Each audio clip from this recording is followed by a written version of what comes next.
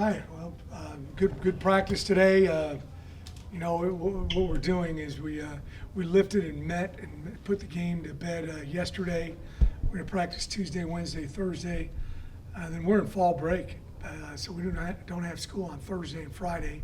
We're going to get the kids off Friday, Saturday, and come back on Sunday like it's a Monday, a regular work week, and then play the game against Memphis on a week from Friday, 6 p.m. on ESPN. As sincere about complacency, just as a leader, reminding young guys, you said it's not a bye week. I mean, it's not an off. It's a bye week, but it's not an off week. It's a better week. What challenges can complacency present in that regard? Well, we want to back off this week. This is an opportunity. We've got about 6, 7, 8 guys. I don't know the exact number, off the top of my head, but who are banged up, injured, and this is kind of the last go-round to get them fully healthy for the stretch run. So we're very mindful of what we're doing with some of the guys this week and making sure that they get healthy. But it's also a chance for us to, work with a lot of our young guys, develop them. But the primary objective is to prepare for, Memphis. What 1 or 2 things pop out when you analyze Memphis, when you look at their? I just kind of started digging into it yesterday a little bit, but they're very, very athletic. I think they've got a great quarterback, and he's a dual threat guy. They had Missouri on the ropes. I'm sure they would like to play him again. They had him, kind of dead to rights there for a large portion of the game. Good receivers, a good running attack. Defensively, I think they're not the leading team in the nation, one of the tops in third down defense. So they make a lot of big plays in that area. They've always had a good return game. We'll have a big crowd, I'm sure, there on Friday on national TV, and they're every year since I've been here, they've had an excellent team. Is there something unique about him? Because it seems like nearly every college quarterback nowadays is somewhat dual threat, and especially some of the guys you've played recently. Based on the guys you have played, what makes this one unique? Very accurate. He's a coach's kid. He's been around the game all his life. He just has a good understanding of when to tuck it and run it, and when to go ahead and buy a little bit more time and keep his eyes downfield and throw it. He's got a lot of experience too. I think he's got 20 some odd starts under his belt. So, that helps big time when you've been there, seen that, done that. And so excellent quarterback. What were the major factors for the running game really clicking on Saturday? I thought we did a good job with, we ran a lot of inside zone, what they call a duo play. I guess everybody calls it that for some reason.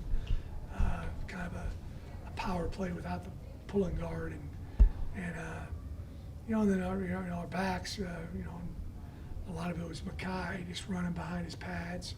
We ran a little bit with Michael. We did a good job with the run game, with stretching the perimeter with some of our receivers, Yul Keith, Quan, Lawrence.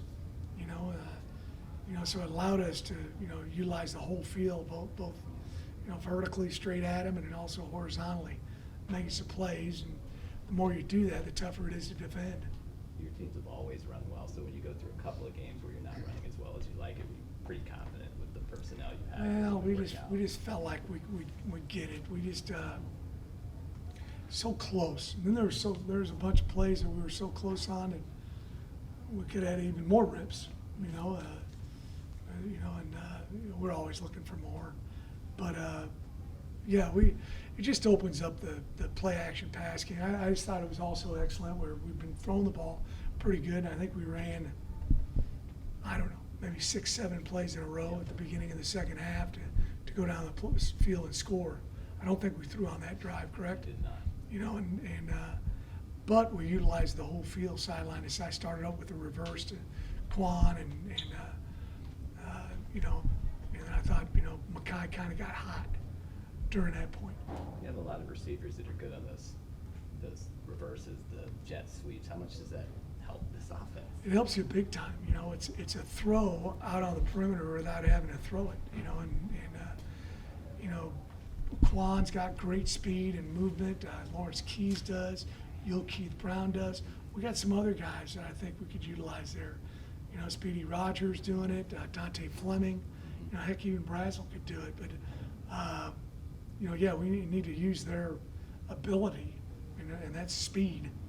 You know, and they also all of them do a good job getting their foot in the ground and getting vertical when it may not be there out on the perimeter. Is Quan as good in the open field as anybody you've coached or right up in? Yeah, he's very good.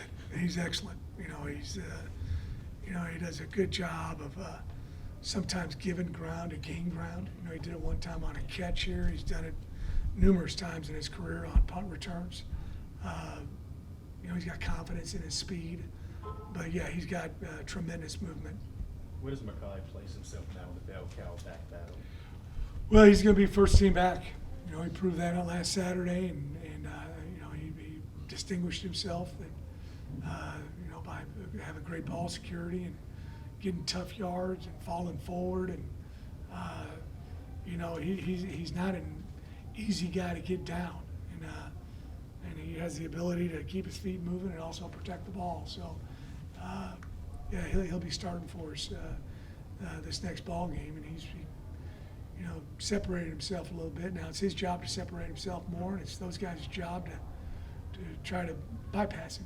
Right. What other aspects does he bring? I know a good running back will improve the blocking of the offensive line and the run game as a whole.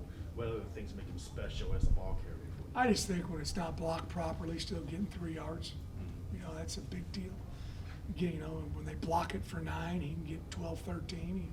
He's always falling forward, you know, and some backs, you know, they let up a little bit when it's contact area. He accelerates through it, you know, and so he does an excellent job on finishing runs. How does how does Michael Pratt look? I mean, you have this week to get guys. Good, you know, our big goal with him is just get him healthy.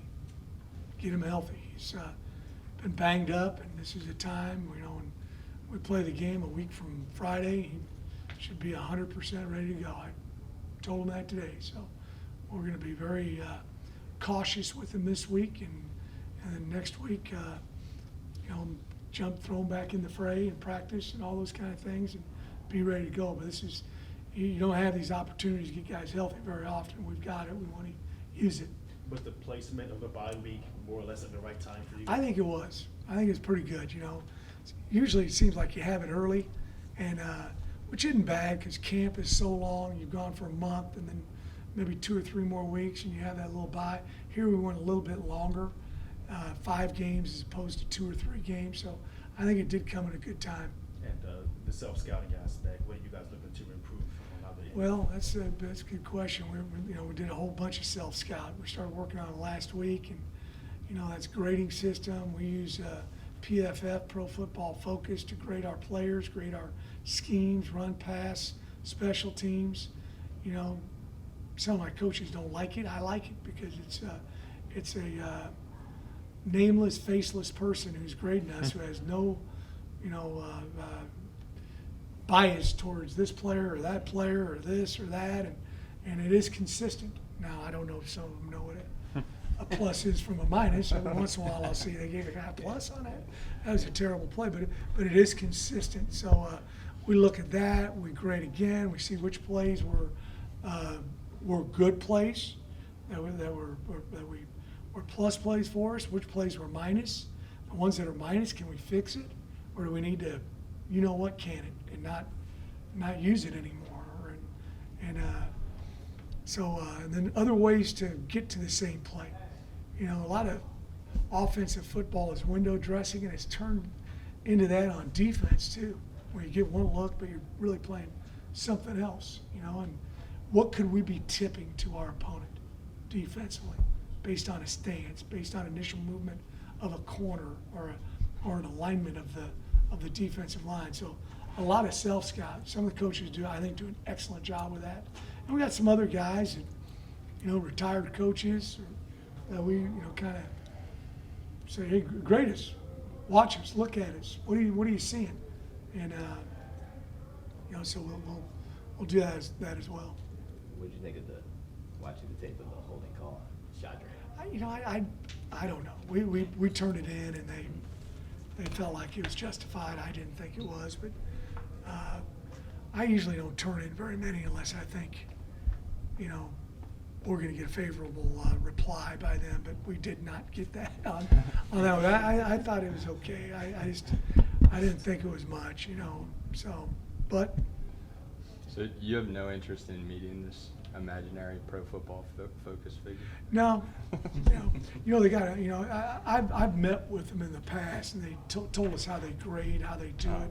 They go to a little coaching school and grading school, and it's former coaches. Okay. For the most part, a lot of it's high school coaches who do it on, Sundays for Saturday games and Mondays for Sunday games, and so it's a very interesting concept. You can.